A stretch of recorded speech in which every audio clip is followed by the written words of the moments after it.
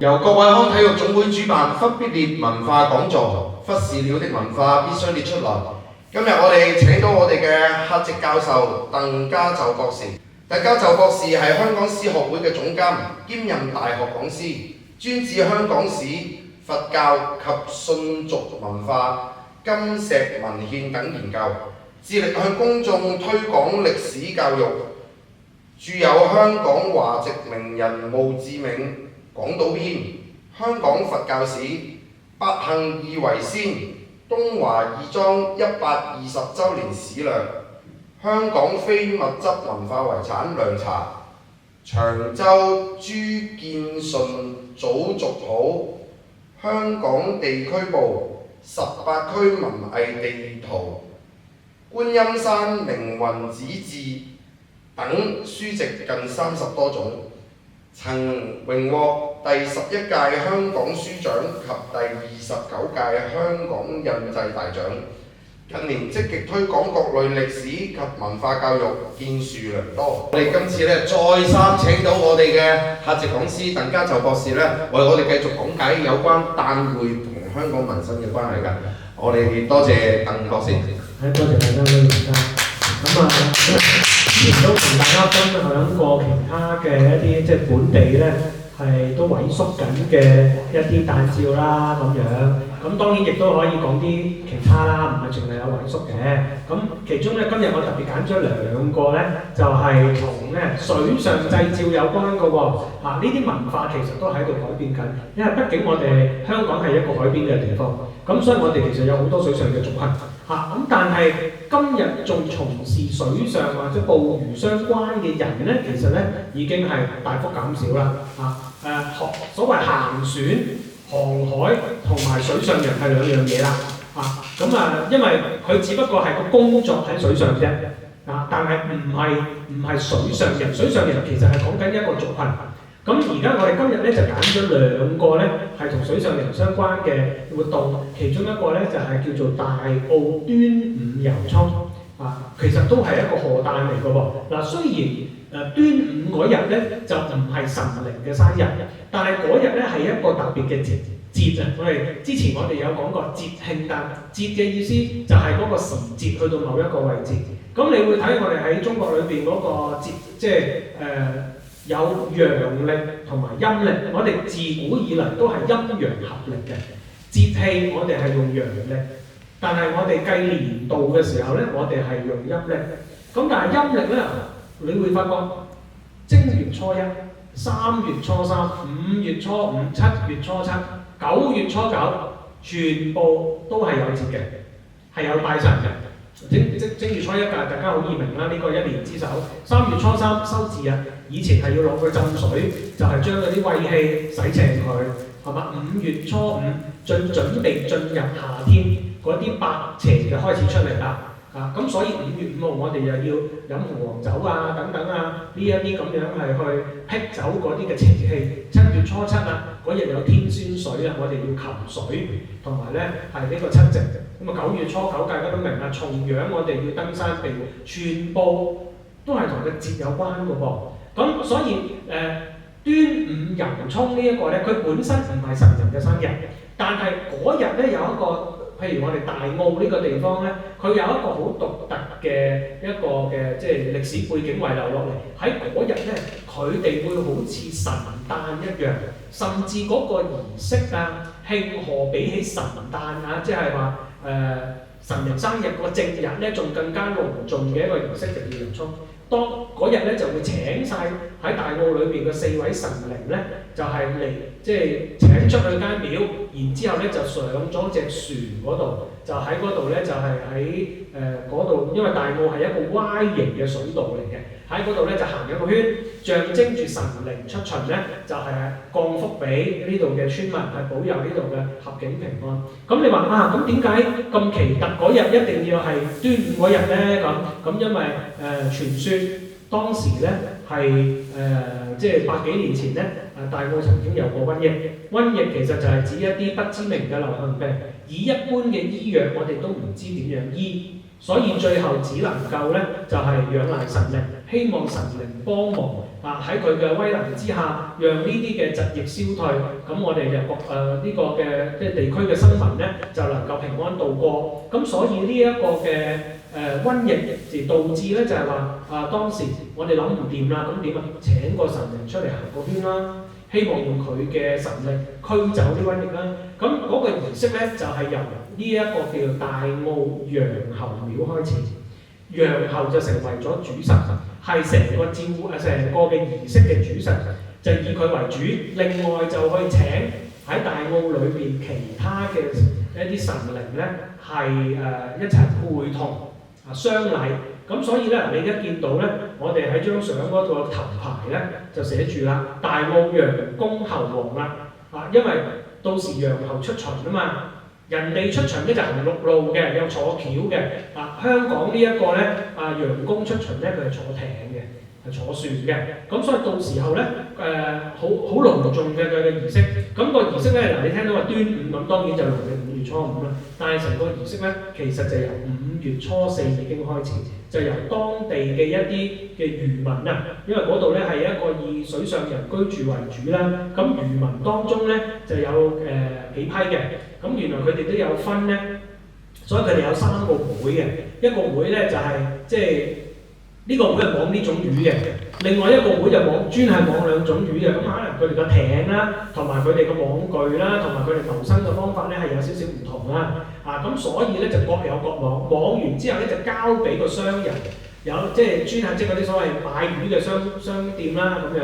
咁所以咧就另外有一個魚商嘅咁呢度咧有一個叫鮮魚會啦。咁鮮魚會咁咧，佢哋因為由呢3個會咧就共同去辦呢一個油涌。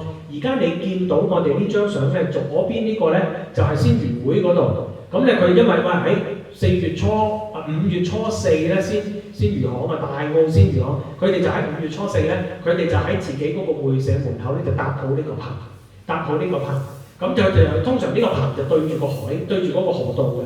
咁然之後就側邊咧就準備住呢個艇，到時候咧佢哋就會請啲神像咧就落去呢一隻船嗰度，喺5月初5朝咧就咁樣喺嗰個大澳嗰度游來游去。咁好隆重、好盛大嘅。咁以前咧就因為端午節嘅好處咧，就係因為有公眾假期。咁所以就算咧出咗去城市度做嘢嘅人咧，佢哋好多時都會夜晚咧就呢個5月初4就已經係翻定去大澳，因為咧佢哋嘅儀式喺朝早進行。咁你而家見到啦，呢個就喺楊侯廟嗰度就請出楊侯嘅神像。咁楊侯嘅神像，咁就請去邊度咧？就請佢落艇，就喺大澳個寶珠潭楊侯廟，就喺嗰度請佢落艇。就於是就駛過去，駛出去。咁佢哋好朝早咧已經係要準備好晒㗎啦。咁晨咁早咧就係出發。咁然後咧其他神靈咧包括咗呢個洪聖啦、天后啦同關公咧，有啲就會係提早1日咧就係請出去嘅。請出去。咁到時就會喺一個三角，即係頭先我講佢係一個 Y 型水道嘛，喺個 Y 字形嘅中間位嗰度咧，佢就會借咗一間屋咧，就作為臨時過夜嘅地方旅店，係神人住嘅旅店。咁就喺嗰度咧，第2朝就將個神像就放落個艇嗰度，於是咧就巡行喺呢個水道巡行。咁你見到隔離呢一張右邊嘅咧，就係佢哋到時候咧喺5月初5咧，就會喺而家嗰個叫做巴士站嗰個位咧，就有個長堤，喺個長堤咧就搭咗一個臨時嘅帳篷。到時就會請楊侯咧，佢哋就親身就坐所以你見到呢個神像咧，就請咗出去咧，就會喺嗰個臨時嘅帳篷嗰度咧，就係喺度供奉，就俾大家一齊去拜佢，然之後先至再送翻去佢嗰個嘅廟宇嗰度。咁成個儀式都係相當隆重嘅。呢個係唔係一架艇㗎？因為佢有4個神靈㗎，所以佢有4個艇㗎。每個神靈咧就有個頭牌嘅，即係俾人知道離遠就知道而家係邊一個神靈，就係喺嗰個嘅艇嗰度。好似隔離呢張右手邊呢張相，你睇住天后元君佢寫住。點解要寫天后元君啊？咪就係呢架艇坐住嗰個就係天后。擺咗去嗰度，好啦，咁你會見到隔離後邊咧就有嗰啲嘅屋仔喺度嘅喎，咁嗰啲嘅村民咧就係喺嗰度等啦。即係我哋喺度，等於呢度有個窗，我望出去，我哋一陣間知道呢個神靈會喺呢度經過。我哋而家就企定喺呢度等，就準備晒，開定張台，就擺定啲祭品喺度，側邊就擺定個法寶盤喺度，我哋就等個神靈嚟。離遠見到嗰隻船，準備嚟啦，咁就大家快啲企埋嚟，準備迎接，因為個神靈喺我前面經過。其實即係好似巡遊咁，我就知道佢就嚟行啩。咁我哋咧就大家就喺度就準備晒啲祭品，就獻俾啲香啊、寶白啊，就獻俾神靈，就喺度許願。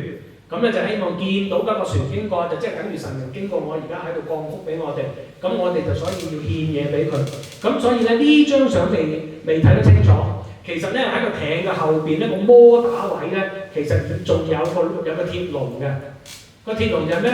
喺架船嗰度咧，行到邊度就化嗰個衣紙化到邊度咁就後面個鐵籠就掉落個鐵籠，等佢咧就喺個裏邊燒，又唔會燒到人，呢啲嘢又唔會飛咗出去，咁咧就係一個好隆重。咁所以你會睇到呢啲巡行嘅儀式咧，而家喺香港咧，只係得翻幾個地方咧有啲比較大規模嘅巡行，例如坪洲啊、長洲啊、大澳啊。咁而水上嘅話咧，呢個可以話係一個相當即係都幾隆重嘅同埋保存得好好。咁而家咁講喎，佢仲成為咗呢個國家級非物質文化遺產㗎噃，相當巴閉喎。所以咧，以前啲人哋覺得，拜神呢啲嘢喺現代社會啲咁落後嘅嘢我哋唔做㗎，其實唔係嘅。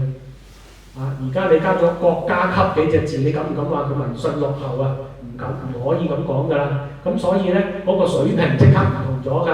咁你睇下呢一個咧就喺大澳。咁但係呢度都睇到點解大澳仲可以保留到呢一啲嘢咧？第一，佢冇被城市化，呢個係好難得嘅，即係佢有呢個氛圍，仲有啲老人家入到去，佢仍然有一個漁村嘅一個形態。咁相對譬如你嚟到我哋城市譚公誕咁，你喺個城市嗰度天后誕，你有好多嘅傳統儀式其實都被改咗成現代化嘅。咁呢個都係我哋河誕一個嘅現代變化。咁除咗呢個例子之外咧，我哋香港仲揾到呢一個叫大埔中士遊夜龍喎。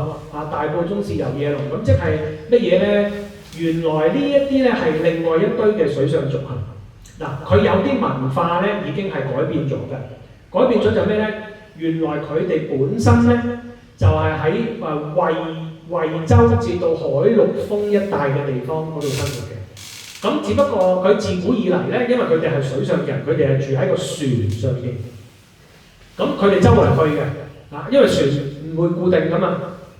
佢離開咗個碼頭咪周圍去咯。咁所以當初咧，佢哋就由海陸豐咁，有時就會嚟到香港，咁有時係睇住嗰啲漁期咧，咁就去唔同嘅地方度捕魚。咁1950年代之後咧，佢哋基本上咧就因為嗰個社會環境變咗啦，咁所以咧佢哋後來就覺得都係嚟香港呢度咧，就作為主要停泊嘅地方咧，係比較理想。於是佢哋就入遷咗我哋香港嘅大埔，喺大埔嗰個叫圓洲仔，即係我哋踩單車所謂吐露港嘅時候咧，大埔準備向沙田方向出大埔嘅時候，就會經過一個公園。咁嗰度就有間廟嘅，就有間大王廟。其實就係呢一班當時喺呢一個圓洲仔裏邊停泊嘅呢啲水上居民，佢哋帶嚟嘅信仰。除咗呢個信仰之外咧，仲有喎，因為當中咧有一個族群比較多人嘅，就係姓鍾嘅，係水上喺嗰啲海陸豐裏邊正式嘅。咁問佢哋究竟佢哋原先個鄉下究竟喺邊度咧？就因為嗰啲水上人咧就古代係唔寫文字嘅，因為佢哋冇機會讀書，所以佢哋就唔用文字，好多時都用口講嘅。咁用口講咧，變咗佢哋都唔係好清楚能夠講到究竟佢哋鄉下喺邊度。好啦，咁佢哋有一個好特別嘅儀式，係佢哋獨有嘅，就係呢一個你而家見到中間呢個神龕。呢個神龕咧就寫住中士永川堂，永川堂就係佢哋嘅名稱，即係佢哋係嚟自永川呢個地方，喺河南呢個地方。佢中間供奉嗰個叫趙太祖，趙太祖即係趙匡胤皇帝啊。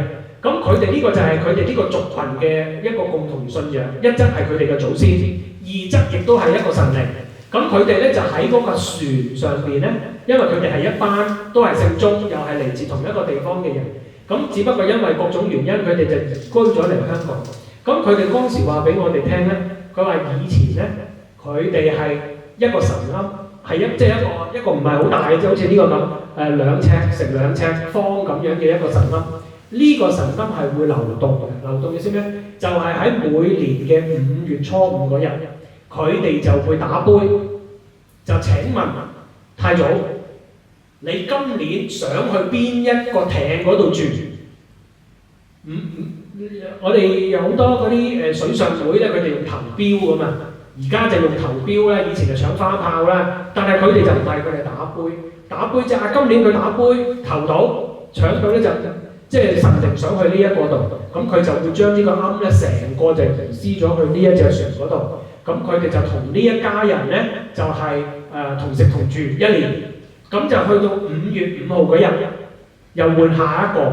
咁佢所以每年5月5日咧，就係佢哋呢一個永川同宗氏咧，佢哋係聚會嘅時候，亦都係喺呢度。咁但係後來最大嘅問題就係去到80、90年代咧，就係政府開始咧，亦都係即係話安排啲水上人上樓啦，即係話都唔再行船啦。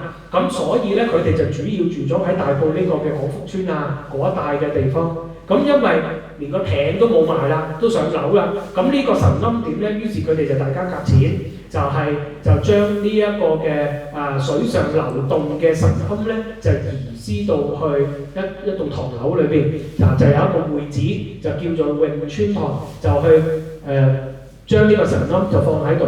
咁而家咧，佢哋喺個神龕旁邊咧，仲有呢把咧，相傳咧就係趙太祖留落嚟嘅佩劍。同埋咧係一個咧聖杯，嗰兩個圓形嘅係聖杯嚟嘅。咁佢哋有乜嘢咧？就係用呢個聖杯咧嚟問嘅。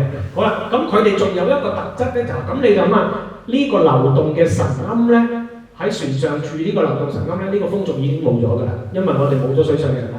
好啦，咁但係咧，佢哋另外仲有一個保留嘅儀式咧，就係每年嘅5月初5凌晨。過咗12點之後，佢哋就會有一個遊夜龍嘅一個儀式。咁呢個遊夜龍嘅儀式咧，就一路保留咗幾十年㗎啦。咁所以嚟呢度咧就有個時間表嘅。咁咧就講咧農曆5月初4下晝10點鐘，即係夜晚啊。咁咧就會大家齊集咧，就要準備拜呢個太祖。咁啊拜完之後咧，佢哋就會問 book 時間。就會請太祖嘅神像神龕咧，就出去落一個龍船嗰度，就喺大埔個海上邊咧行一圈，就象徵住，因為當時就係嗰啲船民住就係住喺嗰度嘅嗰啲漁船喺嗰度，所以就象徵住嗰個太祖咧就喺度行個圈，就降福緊大埔村嘅居民。咁所以咧佢哋就會5月初5嘅幾多點就會舉行拜祖儀式，跟住夜晚又幾多點儀式，跟住咧聯歡又幾多點。咁問題咧就係佢嗰個凌晨嘅儀式咧係每年唔一樣嘅，就係5月初4夜晚嘅時候就打杯，就問佢今年想幾多點出發。所以咧好彩咧就係12點1點，我早去早散啦，係嘛？如果佢要3、4點咧，咁你就要等到3、4點，咁佢先至出動。咁嗰年我跟佢去睇咧，全程跟佢睇咧就3點。3點去睇所以咧都係即係睇到。咁隔離亦都有另外一張時間就講到明幾點就掛紅，幾點就過紅，幾點就食嘢，跟住幾點就拜神，係有晒程序。呢啲儀式係幾十年來都冇變過嘅。咁佢就咁啦嗱，時間到啦，咁於是咧所謂過紅啊，就係咧左手邊呢個人咧有盆水，就將嗰啲即係碌柚水啊嗰啲，就愛嚟抹嗰個神龕。咁然之後咧就會用朱砂啊嗰啲咧，以前係用血喎，咁啊而家用朱砂啦，咁咧就會過呢啲紅紙，用呢佢手上揸住嗰啲紅紙就會過咗佢咧就即係當好似符咁樣咁樣一陣間捧佢啊，或者呢啲分俾大家嘅平安啊。咁另外佢哋亦都保持傳統咧，因為要等2個鐘頭啊嘛，咁煲佢哋自己家鄉嘅呢個特色嘅一個糖水就大家分享啦，都好好食嘅嗰個都咁咧就咁然之後夠鐘啦，而家要出去啦。咁於是咧就揾架車就成個神龕搬嚟咗嗰個嘅單位嗰度，然之後咧就送佢落船，成個神龕落船之後咧就落咗而家你見到右手邊呢隻艇咁好隆重嘅，有晒龍旗啊，有晒華蓋啊呢啲咁樣嘅嘢啦。咁佢哋到時咧就會係喺吐露港出發，咁就喺吐露港個邊皮嗰度咧就會繞行一圈嘅嚇。咁而就未完喎，唔係淨係繞行嘅喎，佢哋咧會有幾個地方係揀嘅，係神明揀嘅喎，問嘅，透過福杯問就話你想喺邊度咧就坐喺嗰個嘅青啦。咁於是咧，你見到啦，個艇咧就駛到去佢指定嘅地方，咁跟住有幾個人咧就落岸上岸嗰度咧就去擲嗰啲青，咁然之後就放喺嗰個龍頭嗰個位置嗰度，咁於是一路咧就係咁樣咧去完成儀式，咁然之後就翻去原有嘅位置，翻去原有嘅位置，然後就再請翻阿太祖咧就翻去會所。咁就完成咗嗰個遊夜龍嘅形式。而家喺香港，尤其是喺大埔咧，係有兩個嘅人，有兩個嘅氏族咧，係仍然保留嘅。一個就係呢一個嘅宗氏，另外就係有一個石氏，姓石嘅。咁呢兩個因為當時咧就據聞咧，點解佢哋會有呢個儀式咧？其中一個原因就係據說當時皇帝落難咧，就係得到呢幾個姓氏咧係一齊去救駕，就等佢能夠離開。咁所以佢逃離咗平安咗之後咧，佢哋就感謝呢一幾個嘅姓氏咧，就於是就送咗一啲信物俾佢哋嚇。咁所以佢哋就拜呢個，我姓鐘，點解我拜趙太祖咧？就因為佢賜咗一啲嘅榮譽俾我哋，褒揚我哋對朝廷對護駕有功，所以對於呢個族群嚟講咧，呢一個趙太祖信仰咧，係佢哋一個族群裏邊嘅一個信仰，亦都係佢哋一個光榮。於是頭先我講點解佢有嗰把刀仔留落嚟，就係成為咗佢哋嗰個信仰裏邊一個好重要嘅儀式。咁據聞咧，佢哋話俾我哋聽，好靈嘅噃，點樣靈驗法啊？有啲靈異啊，即係話佢唔 like 嘅話咧，遲1分鐘佢都唔俾你行嘅噃，清唔起就清唔起嘅喎，夠鐘啦，咁就拎得起啦，嗰個神鵪好多呢啲咁樣嘅傳說。咁而家個問題就係話喺香港能夠咧保持同信仰有關嘅水上河誕，其實唔多啦。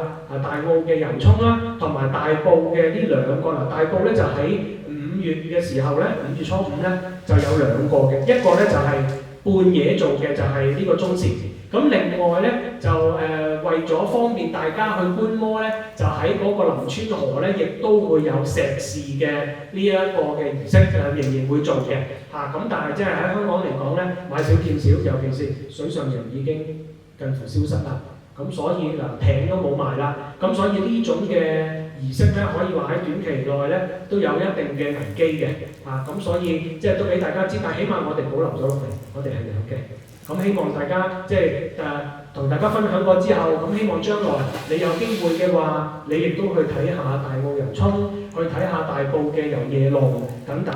咁亦都留意下我哋香港嘅賀誕。其實呢啲賀誕佢哋嘅特點就係當佢哋嘅生活嘅危機同埋福利係缺乏嘅時候，我哋對神靈嘅需要就好大。而呢個社會發展咗啦，我哋嘅經濟好咗之後呢，我哋慢慢福利好咗，就會對神靈嘅需求呢，由過往全方位嘅，就慢慢變成咗純粹心靈嘅。所以我哋好多嘅儀式亦都會因為咁呢，而慢慢呢係減低。你諗下一個好簡單嘅問題嘅啫，如果拜神嘅儀式降低咗，即係個賀誕嘅規模降低咗，其實降低咗嘅係啲乜嘢呢？第一個，我哋講搭棚，跟住花牌，係嘛？跟住嗰啲舞龍舞獅，跟住嗰啲紮作，係咪？其實原來拜神唔係一個工種嚟嘅，唔係淨係得一樣嘢叫拜神。原來佢所牽涉嘅嘢係好廣泛，因為有拜神，所以就會有嗰啲嘅活動，花炮會咩黃大仙金會啊。如果唔係因為佢生日，點會做黃大仙金會？但係我想問，今日有幾多人仲識得做黃大仙金會咧？觀音金會咧？嗱，呢啲咪就係同賀誕有關咯。咁所以咧，即係話唔好睇小賀誕呢一樣嘢，唔係純粹係儀式同埋拜神嘅。其實佢對我哋社會成個文化都好。不過佢嘅萎縮其實反過嚟，亦都係證明我哋社會嘅生活好咗。